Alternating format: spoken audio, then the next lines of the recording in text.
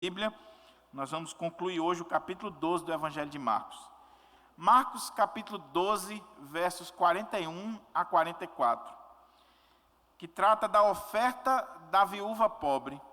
Eu não tenho dúvidas que Deus, na sua soberania, Ele fez com que esse texto caísse hoje, e também nesse contexto de campanha na igreja, para que eu e você possamos aprender aqui algumas lições. Não é a vontade do pastor, a direção do pastor Diogo, mas a direção de Deus para a minha vida, para a sua vida, para a vida da igreja do Senhor. Então nós vamos estar meditando no texto do Evangelho de Marcos, capítulo 12, versos 41 a 44. Se você perder uma das mensagens, já são mais de 50 mensagens no Evangelho de Marcos, você pode ir no canal da nossa igreja e tem lá a playlist com todas as mensagens anteriores que foram ministradas aqui no Evangelho, tá bom? Então, Marcos 12, 41 a 44, concluindo assim a exposição do capítulo 12. Eu vou ler aqui na Nova Almeida atualizada. Os irmãos sabem que nós estamos fazendo aos poucos essa transição, né? Da ARA, Almeida Revista e Atualizada, para Nova Almeida Atualizada, que é o texto que vai se tornar o texto padrão da maioria das igrejas evangélicas brasileiras, né? É uma revisão da Almeida Revista e Atualizada. Inclusive, ontem eu fiquei sabendo que a própria Convenção da Assembleia de Deus já adotou o texto da Nova Almeida. E as igrejas estão adotando, porque é um texto mais simples, o português atualizado e fácil de compreender. Tá bom? Diz assim a palavra do Senhor. Sentado diante da caixa de ofertas, Jesus observava como o povo lançava ali o dinheiro. Ora, muitos ricos depositavam grandes quantias. Vindo, porém, uma viúva pobre, lançou 2 pequenas moedas correspondentes a 1 quadrante. E chamando os seus discípulos, Jesus disse: em verdade lhes digo que esta viúva pobre lançou na caixa de ofertas mais do que todos que ofertaram. Porque todos eles deram daquilo que lhes sobrara. Ela, porém, da sua pobreza, deu tudo o que possuía, todo o seu sustento. Vamos orar ao Senhor? Vamos pedir ao Senhor que nos ajude, nos abra a porta à palavra e fale ao nosso coração a partir desse texto tão precioso. Curva a sua fronte, peça a Deus para falar com você, em nome de Jesus.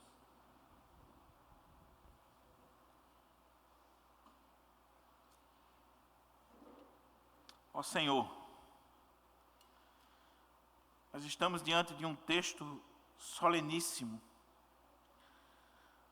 um texto profundo, relevante, oportuno e atual para a vida da tua igreja, para o teu povo, a começar em mim.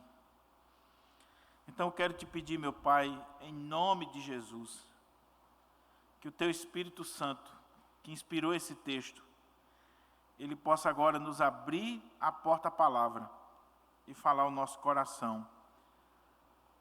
Que as palavras dos meus lábios e o meditar do meu coração sejam agradáveis na tua presença, ó Senhor, rocha minha e redentor meu.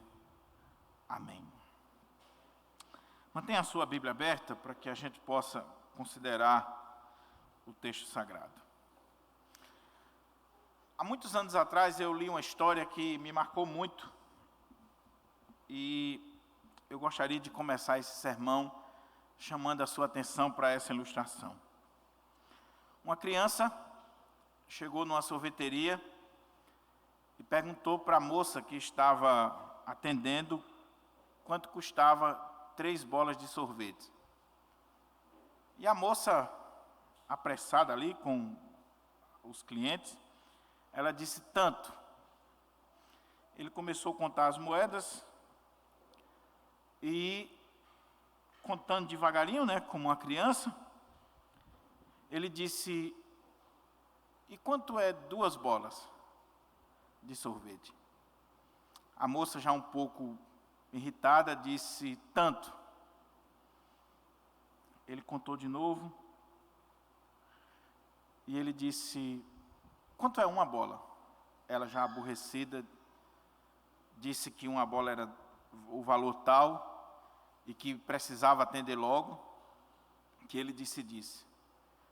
Ele pediu 1 bola de sorvete, ela colocou e ele deixou as moedas em cima do balcão e foi embora. Quando aquela moça foi contar as moedas, ela começou a chorar, porque ela viu que o menino não tinha tomado 2 bolas de sorvete porque ele queria deixar uma gorjeta para ela, e por isso que ele estava fazendo aqueles cálculos e perguntando o valor das bolas de sorvete. E aquela moça chorou, não por causa do valor da gorjeta, mas por causa da atitude daquela criança, da motivação daquela criança, do que aquela criança fez. O texto que nós acabamos de ler, meus irmãos, é um dos textos emocionantes, impactantes do Evangelho de Marcos. Eu confesso a você que durante essa semana, estudando esse texto, lendo, meditando, em alguns momentos eu fiquei emocionado de ver a atitude dessa mulher, de ver o que Jesus está ensinando para nós aqui, chamando a nossa atenção. E como eu disse na oração, esse texto ele é oportuno, ele é atual, ele é relevante, ele é extremamente importante para a minha vida e para a sua vida, para a vida da igreja do Senhor. Esse texto aqui, que tem como título, nas nossas Bíblias, pelo menos da Sociedade Bíblica do Brasil, a oferta da viúva pobre, ele vai muito além de uma visão monetária ou de dinheiro. Esse texto aqui não está tratando de dinheiro. Esse texto aqui não está chamando a nossa atenção pura e simplesmente para oferta, para dinheiro, para bens. Esse texto aqui está tratando de algo muito mais profundo do que a gente possa imaginar. Pois bem, para a gente entender o texto é necessário ver o contexto. Texto sem contexto é pretexto para heresia. A grande pergunta é: por que esse texto está aqui? Por que essa história da viúva pobre, que ofertou mais do que todos os outros, está aqui no final do capítulo 12 do Evangelho de Marcos, dentro de um contexto onde Jesus está em conflito com os líderes religiosos de Israel, com as autoridades do templo, onde Jesus está censurando a hipocrisia, o legalismo, o tradicionalismo, onde Jesus está colocando em xeque toda a estrutura religiosa de Israel.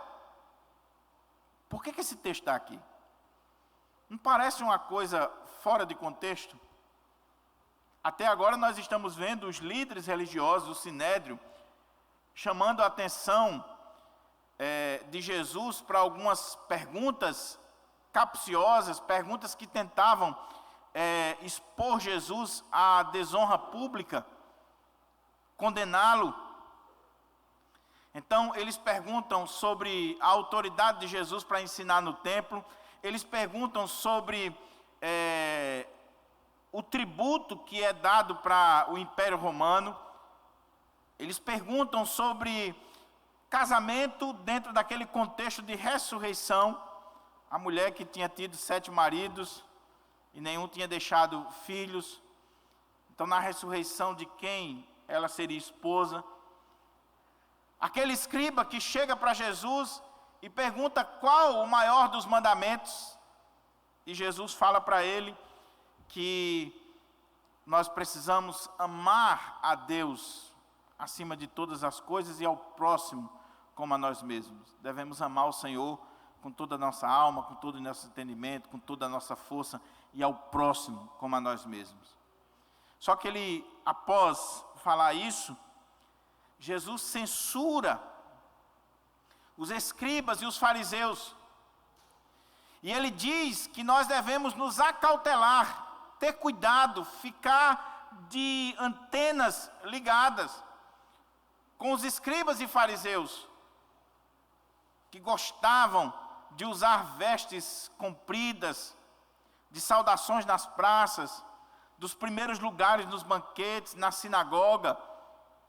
E Jesus diz que eles violavam a casa das viúvas. E para justificar, eles faziam longas orações. Longas orações. O contexto aqui, Marcos resume, mas se você pegar o capítulo 23 do Evangelho de Mateus, você vai ver ali o sermão de Jesus contra esses falsos líderes, os escribas, os fariseus. Mateus 23, que nós começamos a expor aqui quarta-feira passada. Está ali Jesus expondo a sujeira da religiosidade judaica. E o templo havia perdido a sua finalidade. Após o capítulo 23 de Mateus, entra o capítulo 24, quando Jesus diz que por causa daquela religiosidade fria, gélida, hipócrita, fajuta que era, aquele templo seria destruído, Jerusalém seria destruída, não iria ficar ali pedra sobre pedra que não fosse derribada. Capítulo 13 de Marcos é o mesmo contexto. Após Jesus denunciar a hipocrisia, o capítulo 13 é o sermão profético que nós vamos ver aqui, quando nós voltarmos às atividades no templo, se Deus quiser. Mas a pergunta é, o que a história dessa mulher tem a ver com tudo isso? Qual o link? Qual a relação que há entre a história da viúva pobre, que ofertou 2 moedas, e esse contexto de religiosidade, de liderança hipócrita que Jesus está denunciando? Pois bem, os estudiosos, eles se perguntam qual a relação. Primeiro, alguns dizem que essa história está aqui porque no parágrafo anterior, quando Jesus está chamando a atenção para que a gente fique alerta, tenha cuidado com os escribas, com os fariseus, ele citou o exemplo das viúvas, que aqueles homens, eles adentravam as casas das viúvas e roubavam as viúvas. Então, o evangelista, narrando esse ensino de Jesus, e vendo ali que Jesus citou as viúvas, então ele achou por bem terminar esse capítulo, narrando aqui esse episódio dessa viúva pobre que ofertou. Mateus não fez isso. Mateus não colocou, somente Marcos e Lucas narram esse episódio. Porém, outros estudiosos entendem que a coisa é muito mais profunda ainda.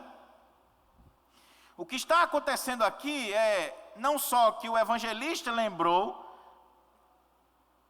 usando a palavra aqui, viúva, ele lembrou de uma história a respeito de uma viúva, mas que nós temos aqui, na conclusão do capítulo 12 do Evangelho de Marcos, e entrando no capítulo 13, o capítulo profético, o sermão profético, nós temos aqui na conclusão do capítulo 12, 2 exemplos que fazem um contraste com os falsos mestres, com a falsa religião, com a religiosidade hipócrita dos fariseus, dos saduceus e dos escribas. Qual é o primeiro exemplo? aquele escriba que chegou e fez a pergunta para Jesus, qual o maior dos mandamentos? E quando Jesus responde a pergunta, ele diz: disseste bem, mestre. Não só que Deus é um só, mas que amar a Deus sobre todas as coisas e ao próximo como a si mesmo, excede a todos os holocaustos e sacrifícios. Não foi isso que ele disse no parágrafo anterior? E Jesus disse: olha, você não está longe do reino de Deus. Então esse é o primeiro exemplo, que faz um contraste entre os líderes religiosos hipócritas de Israel e esse escriba que estava começando a ter a sua mente aberta para as coisas de Deus e não estava longe do reino de Deus. Mas aí Jesus vai usar outro exemplo para contrastar com a falsa religiosidade daqueles homens. Qual é o exemplo? O exemplo da mulher viúva que deu uma oferta mais do que todos os outros. Então, esses dois exemplos, fechando o capítulo 12 de Marcos, eles estão aqui para nos mostrar o contraste que há entre a falsa religião e a verdadeira religião, entre a religiosidade hipócrita e o cristianismo verdadeiro. Por isso que o texto vai concluir com essa história da viúva. Então, com isso em mente, meus irmãos, lembrando que essa história está aqui para mostrar para nós o contraste que há entre o verdadeiro discípulo de Cristo, o verdadeiro homem temente a Deus, a mulher temente a Deus, ou que ama a Deus acima de todas as coisas, e aquele que ama o dinheiro e não ama a Deus acima de todas as coisas. Com isso em mente, vamos lendo o texto e extraindo dele aqui as lições para a nossa vida. O texto começa dizendo que, sentado diante da caixa das ofertas, Jesus observava como o povo lançava ali o dinheiro. Primeira coisa que chama a atenção é que Jesus está sentado, ou assentado ali, diante da caixa das ofertas. Por que Jesus está sentado? É sempre bom fazer perguntas ao texto. Se você olhar o contexto, por que Jesus está sentado? Porque Jesus está aqui num dia exaustivo. É uma terça-feira. Jesus passou boa parte do tempo ensinando no templo. Já teve que responder 5 perguntas, embates com as lideranças. Já pregou um sermão que é Mateus 23. E após ter pregado esse sermão e discutido com as lideranças, respondendo e perguntando, Jesus se assenta. Não esqueça, meu querido irmão e minha querida irmã, que Jesus é 100% Deus, 100% homem. E como homem, ele precisava de descanso. Ele precisava descansar. E é muito interessante isso aqui, porque nós precisamos aprender essa lição. Nós não somos de ferro, meu irmão. Nós não somos de ferro. E tem muita gente que acha que pregar, ensinar, instruir o povo, não é trabalho. Muita gente acha que pastor, por exemplo, não trabalha. O pastor trabalha em alguma coisa? Ele faz alguma coisa? Domingo passado, foi domingo retrasado, a gente saiu daqui para lanchar depois do culto da noite, eu estava quebrado.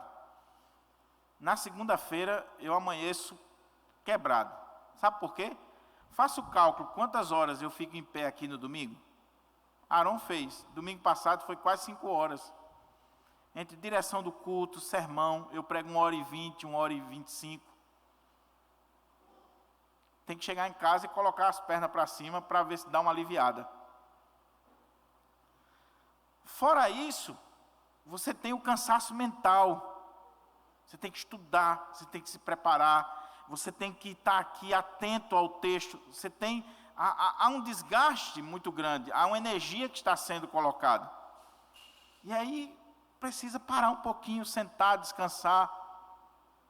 É trabalho. O problema é que nós fomos acostumados a achar que trabalho é simplesmente aquele que é no cabo da enxada. Então, professor não trabalha, pastor não trabalha, um advogado não trabalha. Todas as profissões que envolvem o intelecto, a mentalidade popular do brasileiro é que aquilo ali é água com açúcar. Não trabalha, mas vai fazer. Vai realizar a tarefa. Então Jesus estava com certeza cansado, exausto, com aquele dia de pressão na sua vida. Não só tendo que ensinar, pregar, instruir o povo, responder perguntas, discutir com as lideranças. E aí chega um momento que ele se assenta. O texto não deixa claro aqui, mas quando a gente estuda a estrutura do templo de Jerusalém, nós vemos que esse local onde Jesus está assentado aqui só pode ser o pátio das mulheres, que era logo na entrada. Por que a gente sabe disso? Porque era no pátio das mulheres, onde também ficavam ali os órfãos, as viúvas, pessoas estrangeiras, que existia os gasofiláceos, ou seja, as caixas de se colocar as ofertas. Era no pátio das mulheres, logo na entrada.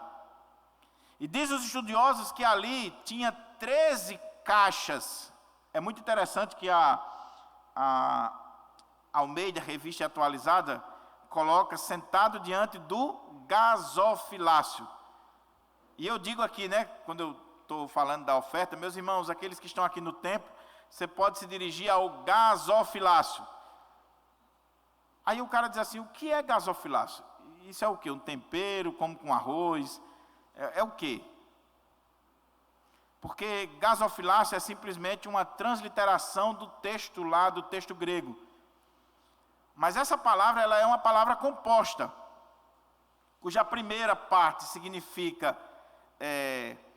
tesouro, e a segunda parte significa cofre ou caixa.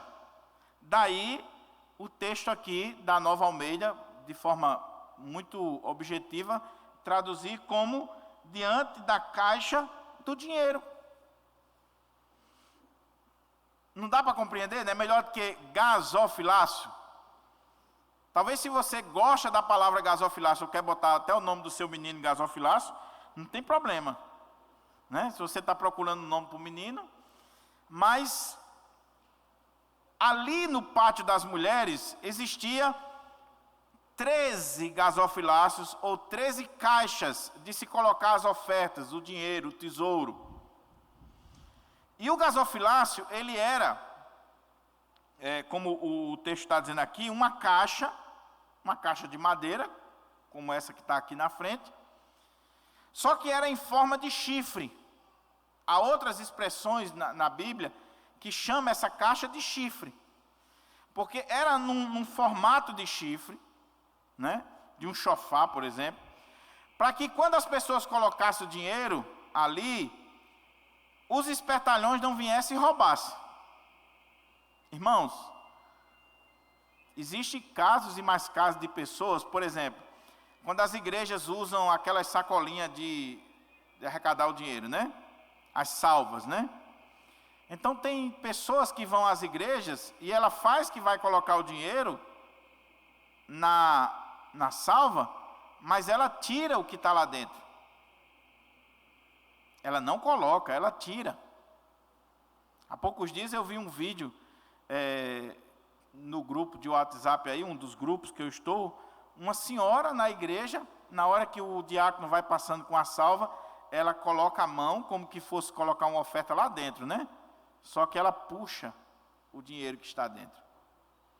Então, para que isso não acontecesse, porque isso não é novidade, naquela época já existia, então o gasofilácio, ele era nessa forma de um chifre, ele tinha pontas e ele era um modelo todo diferenciado, para que botava a oferta caía lá embaixo, não tinha como você botar a mão e tirar. E essas pontas eram em forma de trombetas. Então, lembra de um chofar? Lá em Mateus, Você lembra quando o Senhor disse que quando você for dar a esmola, não toque trombeta diante de você? É que o gasofilácio ele tinha uma forma de trombeta, e outros estudiosos entendem que também, quando se dava a oferta, alguns ofertantes, eles davam um valor tão avultoso, né, que ele queria que se tocasse trombeta literal para ele. Sabe aquela pessoa que ela vem dar o dízimo passeando no meio da igreja, só falta balançar um envelope assim, está tocando trombeta para si. Para si. Por isso que algumas igrejas não colocam o gasofilácio nem aqui na frente, coloca lá na entrada, na porta, num lugar discreto, para que a pessoa chegou para o culto, ela coloca lá, não precisa chamar a atenção.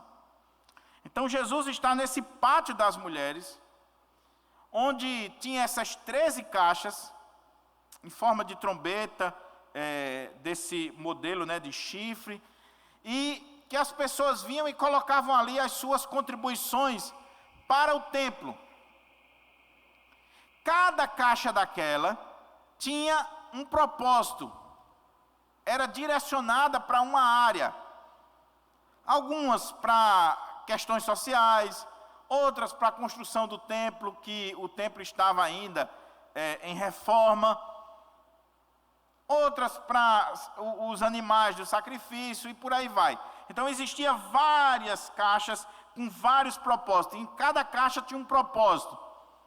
E também um sacerdote ali. Porque você ia dar o dinheiro, você ia dar a contribuição, e o sacerdote avaliava se aquela contribuição era realmente uma contribuição justa ou de acordo com o que você estava dizendo. E diz o texto que Jesus está sentado diante da caixa de ofertas.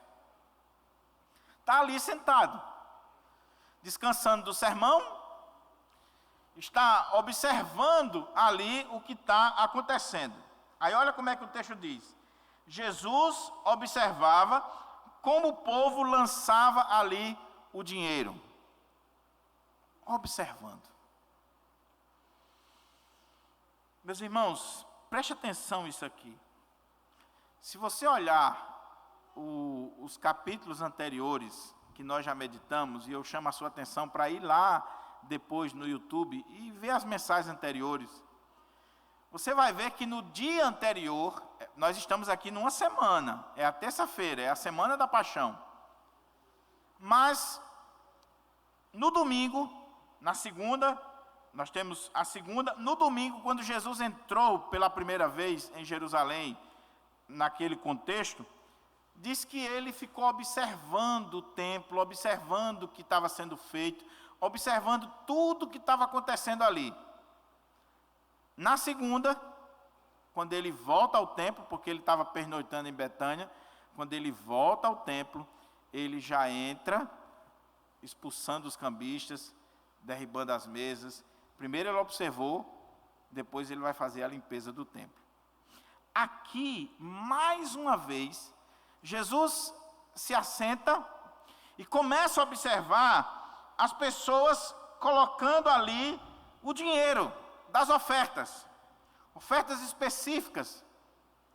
E ele está observando. E isso aqui, meus irmãos, deve chamar a nossa atenção. Porque Jesus não está observando aqui por acaso. Existe um link muito forte entre adoração e contribuição. Entre o louvor que nós prestamos a Deus e a maneira como nós contribuímos na obra de Deus. Há até um princípio no Antigo Testamento que diz assim, que ninguém poderia chegar diante do Senhor com as mãos vazias. Você ia diante de Deus com ofertas. E poderia ser a pessoa mais pobre, tinha uma oferta específica para ela dar. Ela ia lá e dava uma oferta. O rico dava lá aquele animal bonito, as primícias, mas os pobres também, no mínimo, eles tinham que dar 2 rolinhas, 2 pombinhos. Mas tinha que dar. Ninguém poderia chegar diante do Senhor com as mãos vazias. Então existe sim adoração e contribuição, existe uma relação muito forte aqui. E Jesus está observando aquele ambiente de adoração, ele está observando as pessoas lançarem ali as suas ofertas, colocar o dinheiro na caixa, no gasofilácio, ele está observando. Preste atenção, meu querido irmão, minha querida irmã. Quando você vem aqui à frente colocar o seu dízimo e a sua oferta, ou quando você faz a transferência para o banco, o pastor pode até não estar vendo, o presbítero, o tesoureiro, e é bom que ele não veja. É claro que, como a gente está aqui na frente, às vezes você vê.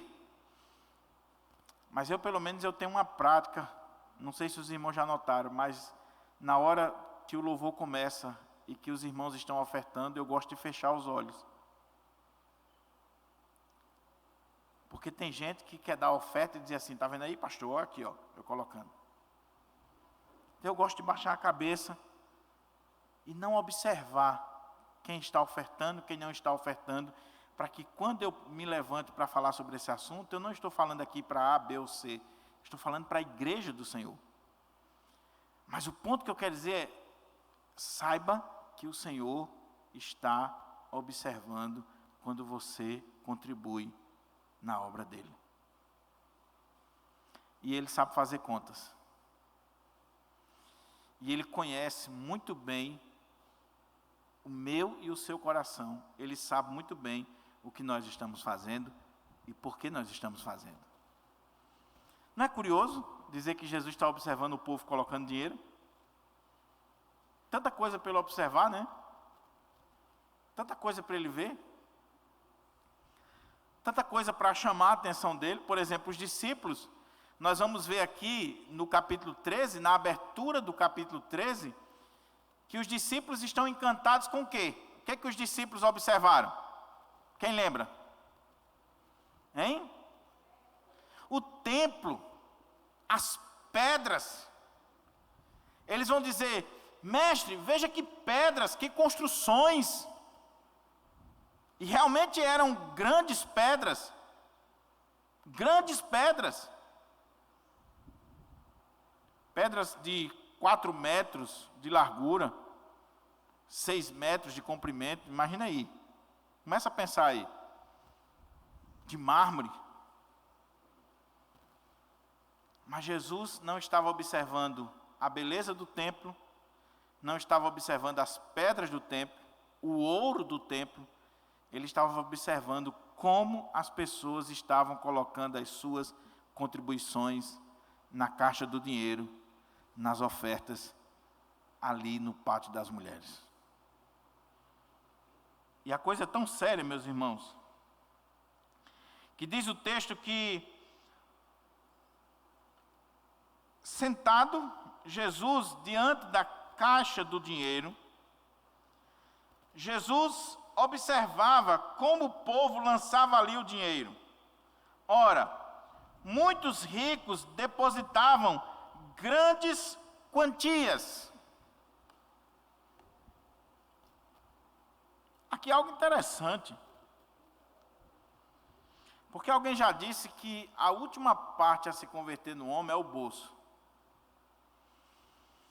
E não tem gente mais miserável do que rico. Já parou para ver isso? Já prestou atenção? Vai comer na casa de rico. Eu não gosto. Eu, pessoalmente, eu não gosto. Porque você vai comer na casa de rico, meu irmão, é complicado. Um dia desse, o pastor Zé Gomes estava contando uma história, né? Na casa ricaço. Aí a pessoa disse assim, você quer um docinho com queijo? Ele disse, quero. Aí ele disse que a pessoa partiu o queijo assim que você viu o outro lado. E como era amigo, né? Aí ele disse assim, fulano, como é que você conseguiu isso aqui? Como é que você conseguiu partir esse queijo que dá para ver o outro lado? Virou um espelho. Virou uma janela dessa. Mas é assim o rico. Pobre não, você chega na casa do pobre, ele bota logo o pacote de bolacha na mesa, a garrafa de café. Se tem queijo, ele bota logo aquela coisa de queijo em cima da mesa. É uma bênção. Pobre é uma bênção, né? Faz logo aquela panela de cuscuz com tomate e carne, é uma maravilha. Agora você vai na casa do rico, é aquelas coisinhas, aquelas cumbuquinhas assim. O cara bota a cumbuquinha de feijão, que isso é só para mim, é? Aí não, uma cumbuquinha desse tamanho assim para 10. Isso aqui. Mas esses ricos aqui de Israel, eles estavam dando o quê? Grandes quantias. Não é diferenciado? Porque geralmente rico não dá não, irmão. Mas esses aqui davam. E quando a gente estuda a história da igreja, em toda a história da igreja, e por exemplo aqui em Pirangi não é diferente,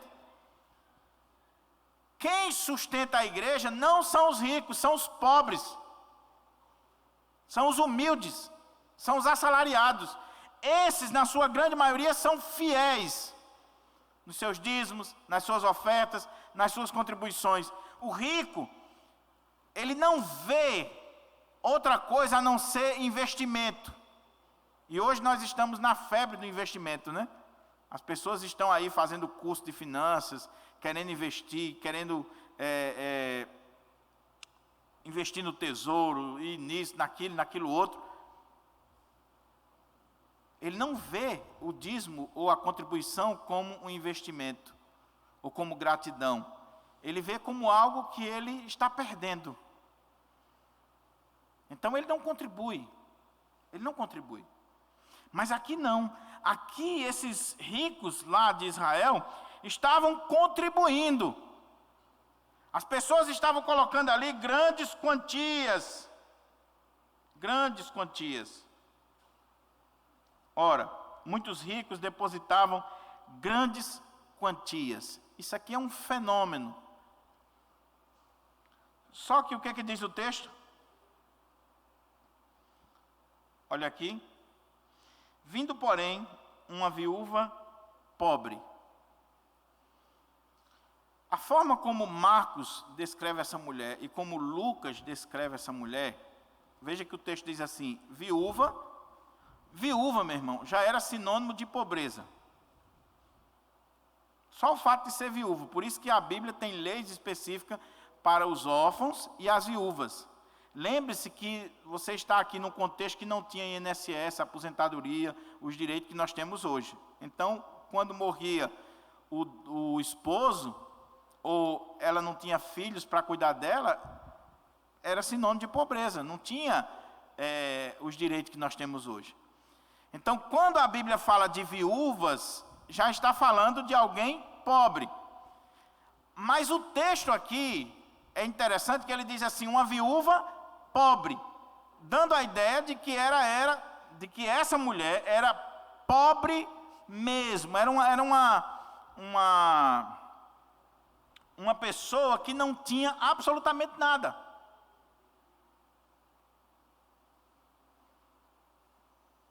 Era uma viúva pobre. Como é que Jesus sabia que era viúva? Não é uma pergunta interessante a se fazer no texto? Porque as viúvas, elas andavam, né, de luto por toda a vida. Então, as vestes dela eram vestes de luto. E também eram vestes simples, vestes acabadas, diferente da veste dos ricos. Você sabe quando a pessoa é rica? Você olha para a roupa, você olha para o relógio, você olha para o jeito da pessoa, você... Puxa vida, essa aqui... Aí você olha para o outro, a roupa dele é mais simples, né? Diz que, vindo porém, uma viúva pobre, lançou 2, olha a expressão que está no texto, pequenas moedas, correspondentes a um quadrante. Essa palavra quadrante aí, ela é difícil de traduzir, por isso que até os tradutores da Nova Almeida não traduziram, que é difícil aqui trazer o conceito de lá para os nossos dias. Mas o que era um quadrante? Quadrante era uma parte, alguns dizem que era 16% de um denário. Ou outros dizem que é 2/3 de um denário. O que era um denário? Denário era o que um trabalhador comum ganhava por um dia de serviço. Então imagine aí o trabalhador que ganhava, vamos dizer, R$100, e você tem 2% de R$100. Ok? É o quadrante. Agora, pegue esse quadrante e divida ele mais ainda, e essas duas moedas era essa porcentagem.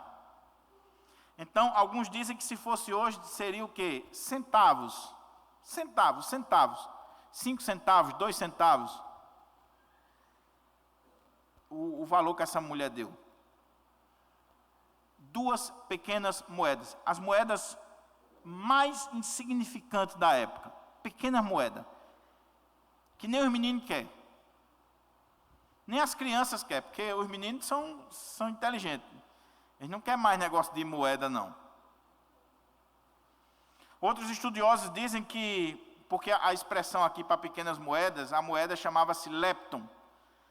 Então, essa moeda, talvez ela fosse correspondente a o que se pagava por uma alimentação. Talvez essas duas moedas eram o valor do almoço ou do café da manhã, que aquela mulher ia fazer, um lanche que ela ia fazer. Duas pequenas moedas. E ela chega e ela deposita ali as duas pequenas moedas. No meio daqueles ricos, no meio daquela multidão que está ali doando muito dinheiro, que está depositando ali no gasofilácio, diante das pessoas, e até, quem sabe, tocando trombeta, seja a trombeta literal, ou seja porque o gasofilácio tinha a forma de trombeta. Mas o fato é que os ricos estavam contribuindo com grandes quantias, e ela, duas pequenas moedas. Mas acontece algo inusitado. O que diz o texto, meus irmãos? Com a Bíblia aberta, por favor. Diz assim: e chamando os seus discípulos, Jesus disse. Toda vez que Jesus chama os discípulos, reúne os discípulos, é porque ele quer tratar de algo extremamente importante. E toda vez que Marcos usa essa expressão de Jesus convocando, chamando, reunindo os discípulos, tem algo de especial ali. Mas não só isso. A expressão que ele diz, em verdade vos digo, não só o fato dele chamar, dele convocar, mas a maneira como ele começa o ensino traz essa ideia de relevância do assunto que vai ser falado. Porque quando ele ia tratar de algo extremamente relevante, ele dizia, em verdade, eu vos digo. Ele está chamando a atenção para aquilo ali. Veja, meus irmãos, a oferta dessa viúva provocou uma reunião conciliar. Uma reunião do conselho da igreja, a diretoria da igreja, dos apóstolos, dos discípulos do Senhor. E Jesus reúne eles e vai dar uma palavra para eles. Eles estavam olhando outras coisas. Eles estavam de boca aberta com outras coisas. Eles estavam olhando a beleza, a estrutura daquele templo. E Jesus chama eles e diz, vem cá. Em verdade, lhes digo, que esta viúva pobre. Olhe mais uma vez Marcos destacando que era uma viúva pobre. Não era só viúva, era uma viúva pobre. Que esta viúva pobre, ela lançou na caixa de ofertas mais do que todos que ofertaram. Jesus chama eles e diz assim: preste atenção o que eu vou dizer para vocês. Está vendo essa viúva ali? Está vendo a veste dela? Está vendo a pobreza dela? Vocês estão vendo? Pois ela deu mais do que todos aqueles que ofertaram aqui. A oferta dela é que salvou esse dia. O gasofilácio. Agora você imagina aí, meus irmãos, e uma vez eu vi um pastor pregando esse texto e ele fez essa observação e me marcou muito. Imagina aí o tesoureiro e os 3 diáconos contando as ofertas. E isso acontece. Aí, no caso da igreja presbiteriana, né? Pega-se o gasofilácio, o tesoureiro da igreja, junto com 3 diáconos, vão lá para trás, ou 2 diáconos. Vão lá para a sala da tesouraria. Aí vão contar. Aí o diácono, o tesoureiro, estão empolgados. Olha essa oferta aqui, olha esse cheque aqui do irmão. Tantos. Olha essa soma aqui de dinheiro. Tanto. Aí vão somando. Aí tem 2 moedinhas lá. Aí diz, não, essa aqui não vamos nem botar no relatório não, deixa jogada aí de lado. E Jesus disse que aquela ali pode ter sido exatamente a única oferta daquele dia. A oferta válida. Então, quando o tesoureiro e os diáconos vão contar as ofertas, se tiver 5 centavos, tem que entrar no relatório. Porque aqueles 5 centavos ali pode ter salvado aquele gasofilácio naquele dia. Imagine o tesoureiro do templo. Isso aqui, meus irmãos, mostra para nós que o templo não era só um ambiente de adoração, era um ambiente também onde existia essa administração do tesouro. Por isso que a Bíblia chama de a casa do tesouro. Porque toda a vida de Israel estava ali. O templo era como se fosse um grande banco central. As pessoas depositavam ali muito dinheiro, muita oferta. Havia muito ouro, muita prata, muita coisa preciosa no templo. E Jesus diz, olha, ela deu mais do que todos os outros. Por quê? Para a gente caminhar para a conclusão e para as aplicações. Talvez os discípulos dissessem assim, Senhor, como assim? O Senhor viu que os ricos aí depositaram quantas quantias? Está vendo aí, por exemplo, aquele fulano de tal, o empresário tal, o doutor tal, quanto é que ele doa para a igreja, quanto é que ele doa para a obra do Senhor? Foi até divulgado no relatório. O pastor falou no microfone lá na igreja, quanto foi que o irmão deu. Quanto foi que o irmão doou. Por isso que na assembleia passada, quando, não era maldade, não era nada disso, mas quando o contador da igreja quis, né, que eu informasse o irmão que tinha doado 20 e tantos mil, eu não aceitei. Por quê? Porque se nós vamos dizer quem doou 25, 30 mil, eu tenho que dizer quem doou R$1. Nós temos que dizer quem deu a maior oferta e quem deu a menor. Relacionar todo mundo. Ou então não diz ninguém.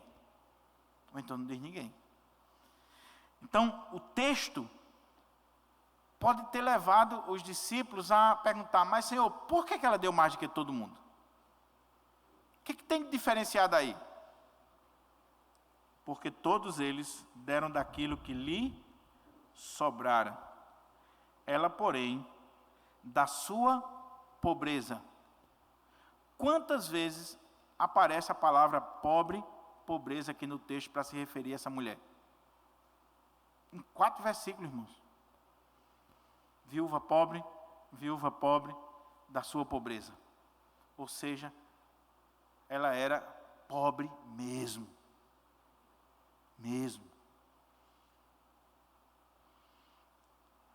Porque todos eles deram daquilo que lhes sobraram. Ela, porém, da sua pobreza, deu o quê, irmãos? Tudo que possuía.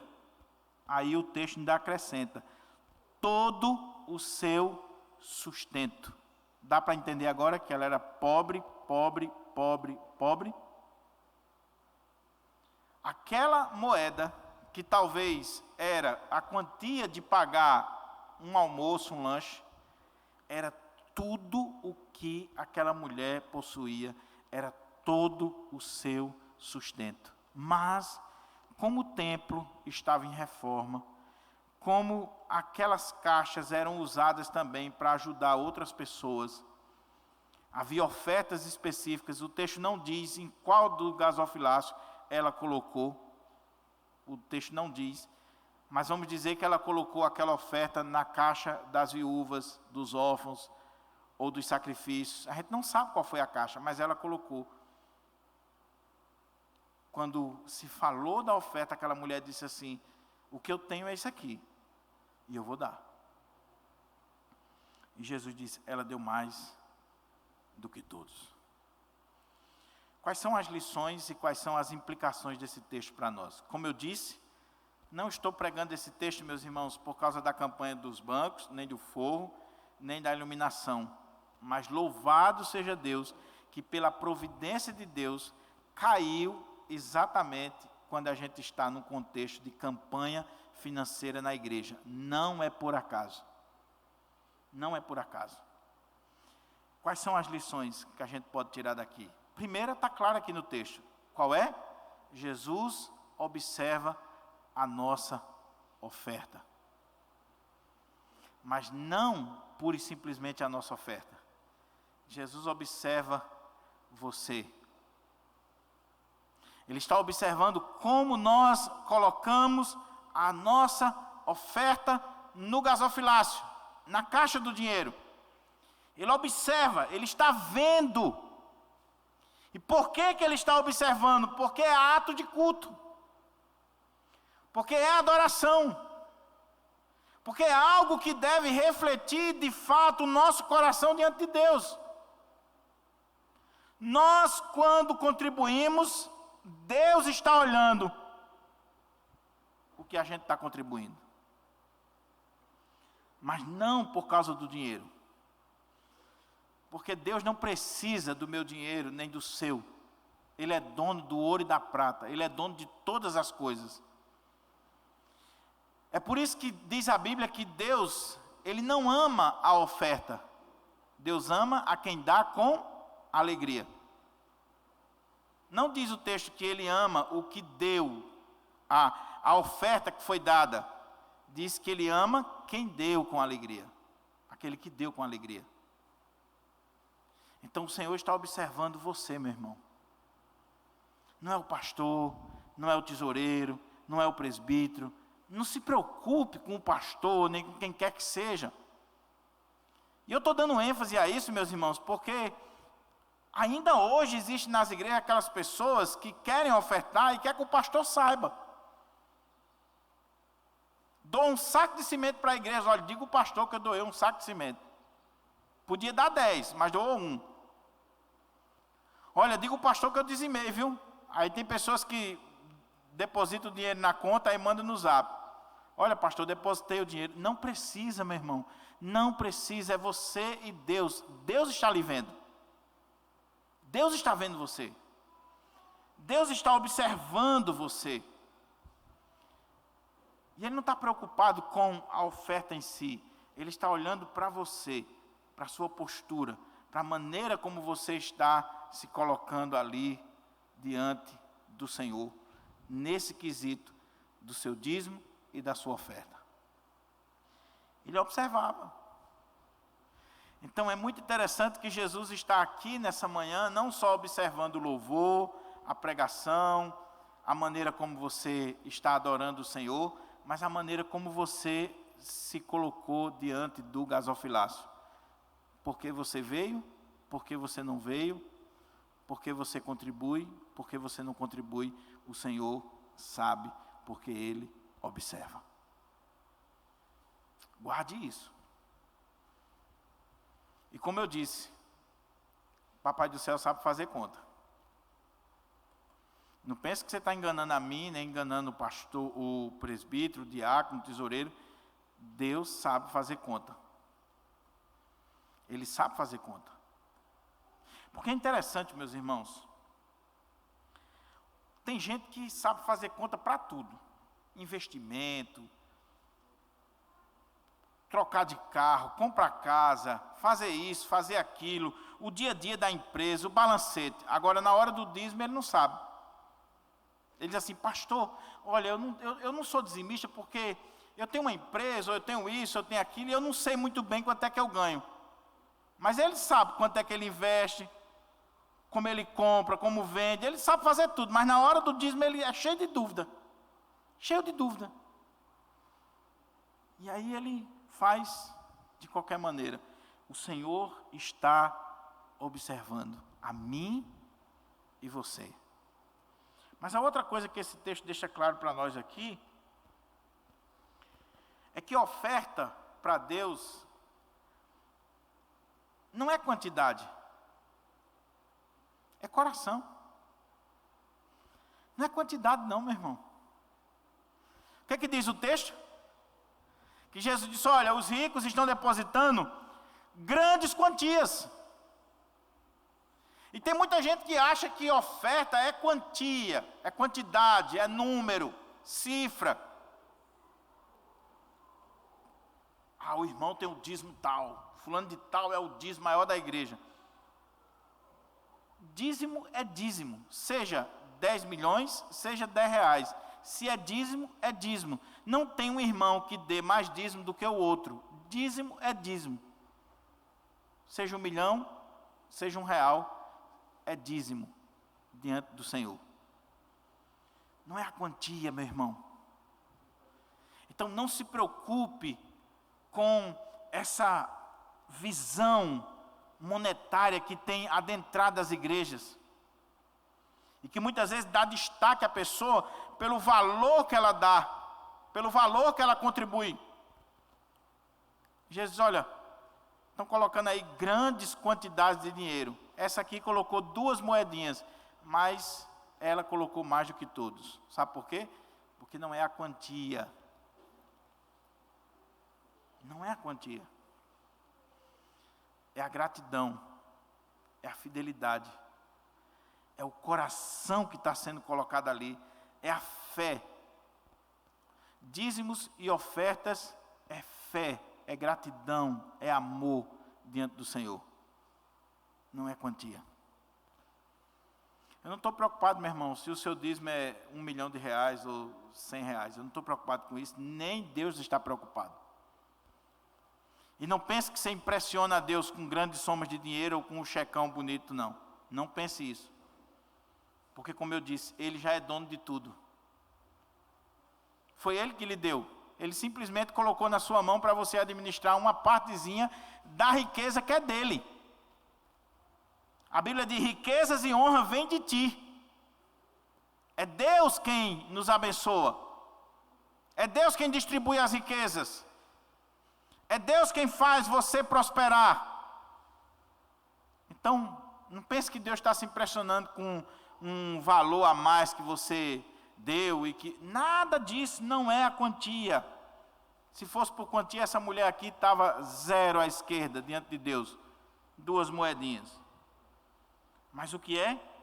Fidelidade, coração, gratidão, fé diante do Senhor. Sabe qual é o princípio aqui, meus irmãos? O princípio aqui, quando você olha o texto, eu sei que você, olhando o texto, você é tão pecador quanto eu, e você, com uma mente materialista e racionalista, pós-moderna, você pode dizer assim, que mulher besta, né? Ela deu tudo que possuía, todo o seu sustento, não tem sabedoria. Não é isso que se diz hoje? Talvez se você fosse aconselhar essa senhora aqui, o que você diria para ela, hein, meu irmão? Hein, minha irmã? O que você diria? Fulana, você só tem isso aí e você vai doar? E você vai depositar no gasofilácio? É sim, todo o meu sustento. Você está ficando doida, é? Faço não. E você iria dizer que essa pessoa é fanática, religiosa. Você iria criticar aquela mulher. Porque ela deu tudo, ela deu todo o seu sustento. Se ela fosse um pouquinho mais sábia, ela não tinha 2 moedas, ela dava uma e ficava com a outra. Lembra daquela história que eu já contei aqui? O pai chegou para o menino e disse assim: meu filho, está aqui 2 moedas. Uma é sua, outra é do Senhor. Você vai colocar na igreja quando a gente chegar lá. Ok? Ok. Aí o menino vem o caminho todinho, como criança, né? Essa aqui é minha, essa aqui é do Senhor. Essa aqui é minha, essa aqui é do Senhor. E balançava as moedas aqui. Deu uma bobeira, uma moeda caiu, rolou, caiu no bueiro. Ele disse: Senhor, a tua, ó, já era. Não é assim que a gente faz não, irmão, também?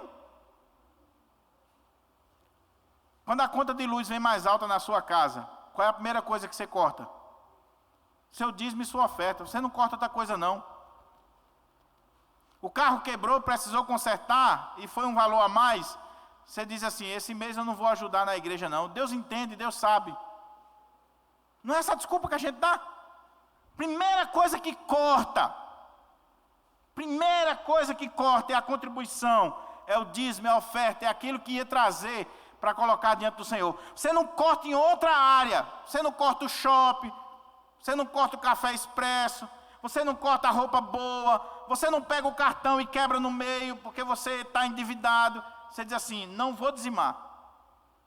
E pronto. Aquela mulher não. Ela deu. Sabe por que ela deu? E sabe por que esse texto está aqui, meus irmãos?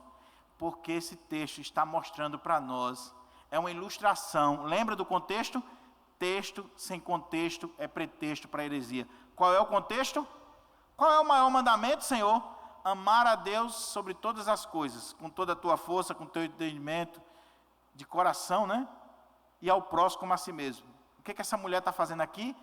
Mostrando isso aqui na prática. Aquelas ofertas eram para a manutenção do templo e aquelas ofertas eram para os órfãos, as viúvas, os necessitados. Aquela mulher, com essa atitude, ela está dizendo assim: eu amo a Deus acima de todas as coisas e ao próximo como a mim mesmo. Então, se é só isso que eu tenho, eu vou dar. E como ela é crente no Senhor, ela crê na providência do Senhor na sua vida. Porque foi Deus que lhe deu aquela moeda. Oh, meu querido irmão, minha querida irmã, se eu e você sair daqui desta manhã aprendendo este princípio, tudo que nós temos vem de Deus.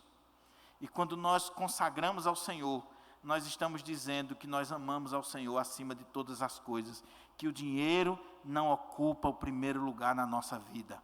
Agora preste atenção se isso é verdade na sua vida.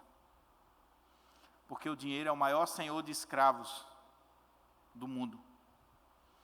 Por dinheiro se mata, por dinheiro se casa, por dinheiro se separa, por dinheiro se faz tantas e tantas e tantas e tantas coisas por dinheiro. Lembra, eu acho que eu já contei aqui, em 95, 98, um grupo de pastores presbiterianos foram para a Coreia avaliar o crescimento da igreja na Coreia. E uma das marcas do crescimento da igreja na Coreia é a oração. Toda a igreja coreana, ela tem uma reunião de oração de madrugada. E é um culto normal. A igreja lotada, coral, pastor, todo mundo. Antes de ir para o trabalho, os coreanos vão para a igreja cultuar o Senhor. É um culto normal. 4, 5 horas da manhã. No inverno.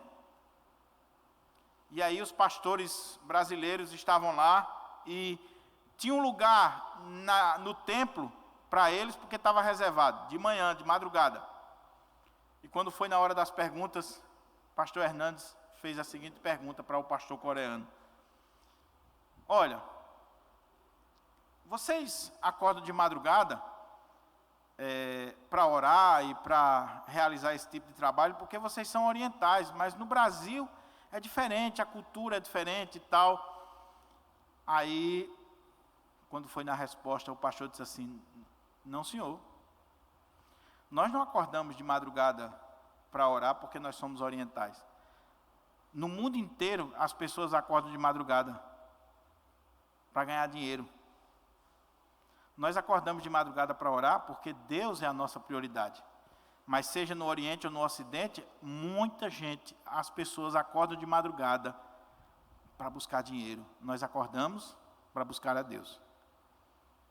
Eu pergunto, quantas vezes você já acordou de madrugada porque você tinha que ganhar dinheiro? Agora eu pergunto, você tem a mesma postura para buscar a Deus? Quantos domingos você já trabalhou por causa de um dinheirinho a mais? E quantos domingos você ficou em casa dormindo e você poderia estar na casa do Senhor, mas você deu a desculpa que estava cansado. Mas se fosse para ganhar um dinheirinho a mais, você iria. O cansaço ia embora, tomava energético, fazia qualquer coisa. Quando a gente faz isso, a gente revela quem é o nosso Senhor, onde está o nosso coração. Essa mulher, ela está ensinando para nós que Deus é o primeiro lugar na vida dela. Mas concluindo aqui, à noite eu vou trazer mais algumas aplicações. Terceira coisa que esse texto revela para nós, que é algo muito, muito interessante que eu vejo aqui. Com certeza o Espírito Santo de Deus está lhe mostrando N coisas aqui. Mas uma coisa que eu vejo aqui, é que esse texto mostra, meus irmãos, que não é você que administra a sua oferta ou o seu dízimo. É o templo, é a casa do Senhor. Irmãos, existe uma prática nas igrejas evangélicas que é diabólica. É diabólica. As pessoas começam a dizer assim, principalmente quando o dízimo dela é alto. Quando é pouquinho, não. Mas quando é alto, que ela acha que é o... né? Ela diz assim, não vou dar o dinheiro para a igreja, não. Eu administro meu dízimo. Eu vou comprar cesta básica, eu vou fazer isso, vou fazer aquilo, eu compro um negócio para a igreja, eu compro um jarro, eu compro um negócio. O que a igreja está precisando? Eu compro isso aqui, compro aquilo, eu não vou dar o dinheiro para a igreja, não. Até porque eu sou meio desconfiado com a maneira como se usa, se administra. Então tem N desculpas para as pessoas não trazerem o dízimo e a oferta para a casa do Senhor. É porque o conselho não está administrando direito, é porque pode ter alguma fraude, é porque eu divido o meu dízimo, né? Tem gente que faz assim, eu dou uma parte para cá, outra parte para lá, eu ajudo. Não, meu irmão, o que essa mulher fez aqui? Ela trouxe para o gasofilácio, para a casa do tesouro.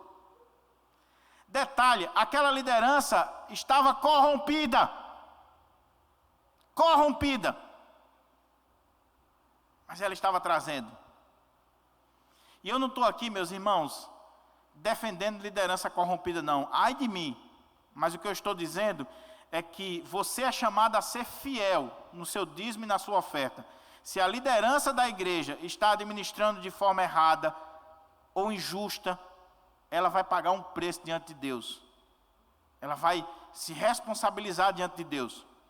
E você tem meios para cobrar isso dela, mas não deixar de dizimar, de ofertar ou ir dar em outro lugar, como muita gente faz. Que é até uma injustiça. Você vem para um templo, você ali desfruta de água, luz, som, pastor, estrutura, tudo, mas está dizimando em outro lugar. Por quê, meu irmão? Nem aqui que você está sendo servido, nem aqui que você está sendo alimentado, nem aqui que você está sendo cuidado. Por que você vai mandar a sua oferta para outro lugar? Você tem que investir aonde você está. Então, em nome de Jesus, acabe com essa prática, se você tem, de achar que você é o administrador. Essa parte aí não compete a você. Não compete. O Senhor lhe deu o seu sustento e Ele diz que você vai separar uma parte, trazer para a casa do tesouro e ali vai ser administrado pela liderança da igreja. Se a liderança administrar de forma errada, ela vai se ver com Deus e não tenha dúvida que ela vai. Sabe por quê? Porque é oferta de órfãos, de viúvas, de pessoas simples. Com o meu dinheiro, meu irmão, eu faço o que eu quero. O que eu quero. Com o meu dinheiro. Agora, com o dinheiro da igreja, eu, o conselho da igreja, o tesoureiro da igreja, a gente não pode fazer o que a gente quer. Sabe por quê? Porque o dinheiro é do Senhor. O dinheiro vem de órfãos, de viúvas, de gente simples, de gente que deu tudo que tinha, de gente que ganha um salário mínimo e traz o dízimo para cá. Então, quando eu estou sentado com o tesoureiro, ou quando nós estamos reunidos com a diretoria, ou com comissão de exame de conta, a gente tem que ter temor e tremor, porque a gente está administrando o dinheiro de órfãos e de viúvas. Mas o que eu estou dizendo é que não é tarefa sua administrar. E nós já tivemos problema aqui na igreja. Os irmãos sabem que eu não gosto de arrodear, não. Nós já tivemos problema aqui na igreja. Gente que, eu não entrego. Aí, compra isso, compra aquilo outro. Aí a pessoa sai da igreja. Sabe o que fez? Aqui na nossa igreja, eu não estou falando de igreja A, B ou C, não. Sabe o que fez? A pessoa passou quase 10 anos, dava as coisas para a igreja. No dia que saiu, botou uma caminhonete aqui na frente e levou tudo que era dela. Tudo. Tudo. Então, meu querido irmão e minha querida irmã, aprenda com essa viúva aqui. O seu dever é trazer para a casa do Senhor, para que seja administrado pela liderança, pelo povo, pelo tesoureiro da igreja, que está ali à frente da casa do Senhor. Eu concluo voltando à história da criança. A questão não era a quantia, as moedas que o menino deixou naquele balcão para aquela vendedora. Com certeza ela já tinha ganhado gorjetas maiores, ou pessoas até deram dinheiro. Se bem que rico não gosta de dar gorjeta, né? Rico é tão miserável que ele termina um jantar chique, gastou ali não sei quantos reais, e quando o garçom quer cobrar uma taxazinha ali, ele diz que não pode dar. Geralmente quem dá é gente mais simples.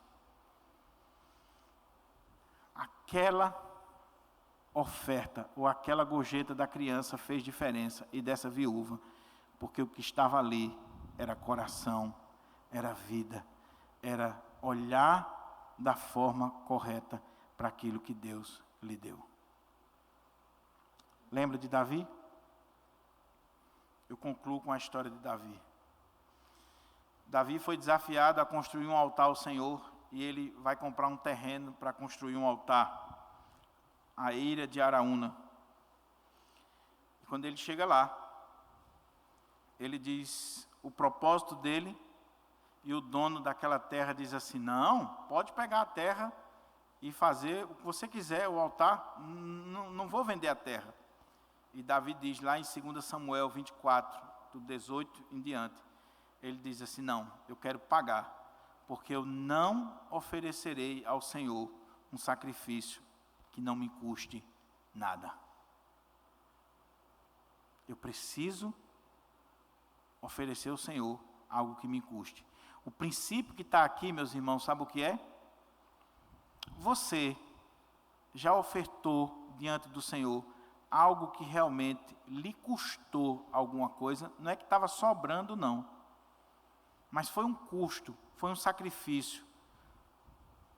Aquilo ali, se você fosse botar no orçamento, calcular, pesa. Mas você disse: eu não vou oferecer ao meu Senhor algo que não me custe nada. Essa mulher deu tudo, tudo, tudo. Aqui nessa construção do templo, meus irmãos, nessa reforma da igreja, nós temos visto milagres e milagres. Pessoas que doam grandes quantias e pessoas que chegam e doam quantias ínfimas, pequenas, e que fazem muita diferença. Pessoas crentes e pessoas até descrentes que chegam aqui e na hora certa Deus levanta. Sabe por quê? Porque ofertar é um privilégio que Deus está dando a você. Você só pode dar aquilo que você tem. Então, se você está dando, é porque Deus já lhe deu. Deus já está abençoando você. Mas se você não quiser esse privilégio, meu irmão, Deus levanta outro, porque Ele não precisa de mim, não precisa de você. Nós já tivemos casos aqui na nossa igreja de estar precisando de dinheiro para pagar, por exemplo, funcionário, e alguém chegar aqui na porta da igreja e dar. Olha, eu passei e Deus tocou no meu coração, senti o desejo de ajudar aqui nessa obra. E dá. E dá. Que Deus aplique a sua palavra no nosso coração. Que o Espírito Santo de Deus possa fazer você sair daqui nesta manhã dizendo assim: eu quero ser um dizimista fiel, um ofertante. Eu quero contribuir na obra do Senhor, como um ato de fé, de gratidão, como uma oferta que de fato venha agradar ao Senhor. Não para ser visto, não para ser lembrado, não para estar o meu nome no livro de ouro, no banco, na parede da igreja, nada disso. Não precisa de nada disso, de livro de ouro, de nada. Só precisa coração, coração, coração. Vamos ficar de pé? Para a gente